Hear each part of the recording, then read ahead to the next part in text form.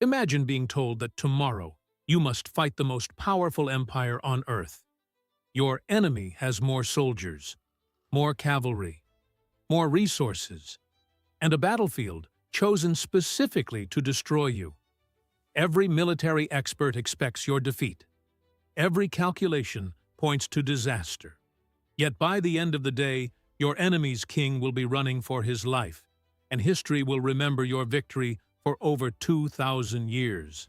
Sounds impossible, but that's exactly what happened in 331 BC when Alexander the Great faced the mighty Persian Empire at the Battle of Gaugamela. This wasn't supposed to be a close fight. It wasn't supposed to be a miracle. It was supposed to be the end of Alexander's conquest. Instead, it became one of the greatest military victories in history. And the most incredible part? Alexander won before the battle was even over. To understand how, we need to go back to the moment when the Persian king decided enough was enough. The king who needed revenge by 331 BC, Alexander had already humiliated Persia twice. First at the Granicus River, then at Issus. Each defeat was a disaster for King Darius III. Persia was the largest empire in the world. Its territories stretched across continents. Its wealth was legendary. Its armies seemed endless. And yet this young Macedonian king kept defeating them. Darius knew another loss could destroy his authority forever. So he decided to gather an army, unlike anything the ancient world had ever seen. Messengers rode across the empire. From deserts, mountains, and distant provinces, soldiers answered the call. Cavalry poured in from every direction. Archers assembled. Elite guards gathered around the king. War chariots equipped with deadly blades joined the force. The goal was simple: end Alexander, once and for all. Ancient sources claim Darius commanded hundreds of thousands of troops. Modern historians debate the exact numbers. But there is little doubt about one thing. The Persians outnumbered Alexander significantly. Some estimates suggest they had more than double his manpower. Others place the difference even higher. Whatever the exact numbers, Alexander was walking into a battle he was expected to lose. The perfect trap Darius had learned from his previous mistakes. At Issus, narrow terrain prevented him from fully using his numbers. That would not happen again. This time he chose the battlefield himself. A vast plain near a place called Gaugamela. The area was so important that Persian workers reportedly flattened parts of the ground. Rocks were removed, obstacles cleared. Everything was prepared for one purpose: allowing Persia's cavalry and chariots to operate at maximum effectiveness. The battlefield was perfect for Darius and terrible for Alexander. If the Persians could surround the Macedonians, the battle would be over. Many commanders facing these odds would have retreated. Others would have searched desperately for another battlefield. Alexander did neither. He marched directly toward it. The night before history. As darkness fell, two armies prepared for war. The Persian camp stretched across the landscape. Thousands of fires illuminated the night. The noise of men, animals, and equipment filled the air. Across the plain, the Macedonian camp was much quieter. Many soldiers understood the danger.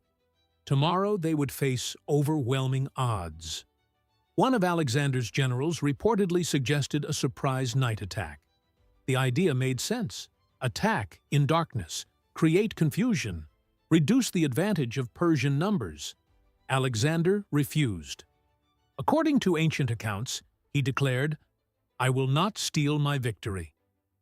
Whether those were his exact words or not, the message was clear. Alexander wanted a decisive victory in daylight. He wanted the world to see it. As his men tried to sleep, the fate of empires hung in the balance. By sunrise, history would change forever. The battle begins. Morning arrived. Dust rose across the plain.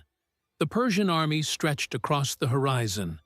For many Macedonian soldiers, it must have looked endless. Darius positioned himself at the center of his army, confident, prepared, waiting. Alexander rode before his troops, calm, focused, determined. Then something strange happened. Instead of charging directly forward, Alexander began moving his army diagonally, to the right. At first, it seemed unusual. Then, it became clear. Alexander was forcing the Persians to move with him. The maneuver stretched Persian formations and created confusion. Darius could not simply let Alexander drift away. His troops began adjusting. Units shifted position, lines became less organized, small gaps started appearing. This was exactly what Alexander wanted. The battle had barely begun, and he was already shaping the battlefield. The deadly chariots. Seeing Alexander's movement, Darius launched one of his most feared weapons, scythed chariots. These terrifying machines carried blades attached to their wheels. The idea was simple: charge into enemy infantry, break formations, create panic, allow the rest of the army to exploit the chaos. The chariots thundered forward. Dust exploded beneath them. The attack looked devastating. But Alexander had prepared for it. His soldiers opened lanes within their formation. As the chariots entered, they were met with javelins and disciplined resistance. Instead of smashing the Macedonian army apart, many chariots became isolated and ineffective. One of Persia's greatest advantages had failed, and things were about to get worse.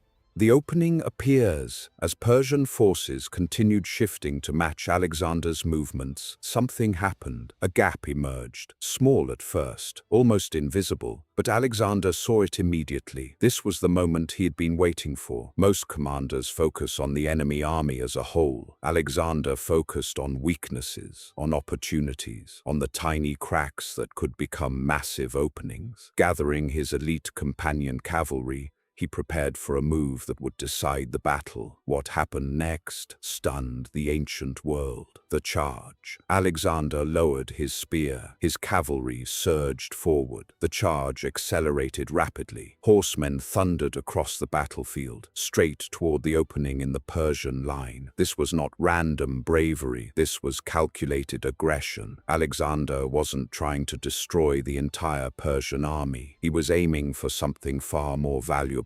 The king. At the center of the battlefield sat Darius III. If Alexander could reach him, the battle might collapse instantly. The companion cavalry smashed through Persian resistance. The gap widened. Momentum grew. Dust and confusion spread. Suddenly, the impossible became terrifyingly real. Alexander was getting closer to Darius, closer than anyone thought possible. The moment everything changed. Ancient accounts describe chaos near the Persian center. The Macedonians pushed relentlessly forward. The pressure increased. The danger became obvious. Darius watched Alexander approaching, and then, for the second time in their rivalry, the Persian king made a decision that would define his legacy. He fled. The moment Darius turned away, the psychological battle ended. Across ancient warfare, kings were symbols. Their presence inspired armies. Their departure shattered confidence. News spread rapidly. The king was leaving. The king was running. The king had abandoned the battlefield. Panic followed. Sections of the Persian army began collapsing. Others started retreating. The chain reaction was unstoppable. The largest empire on earth was breaking apart, not because every soldier had been defeated, but because its center of confidence had disappeared. A crisis for Alexander.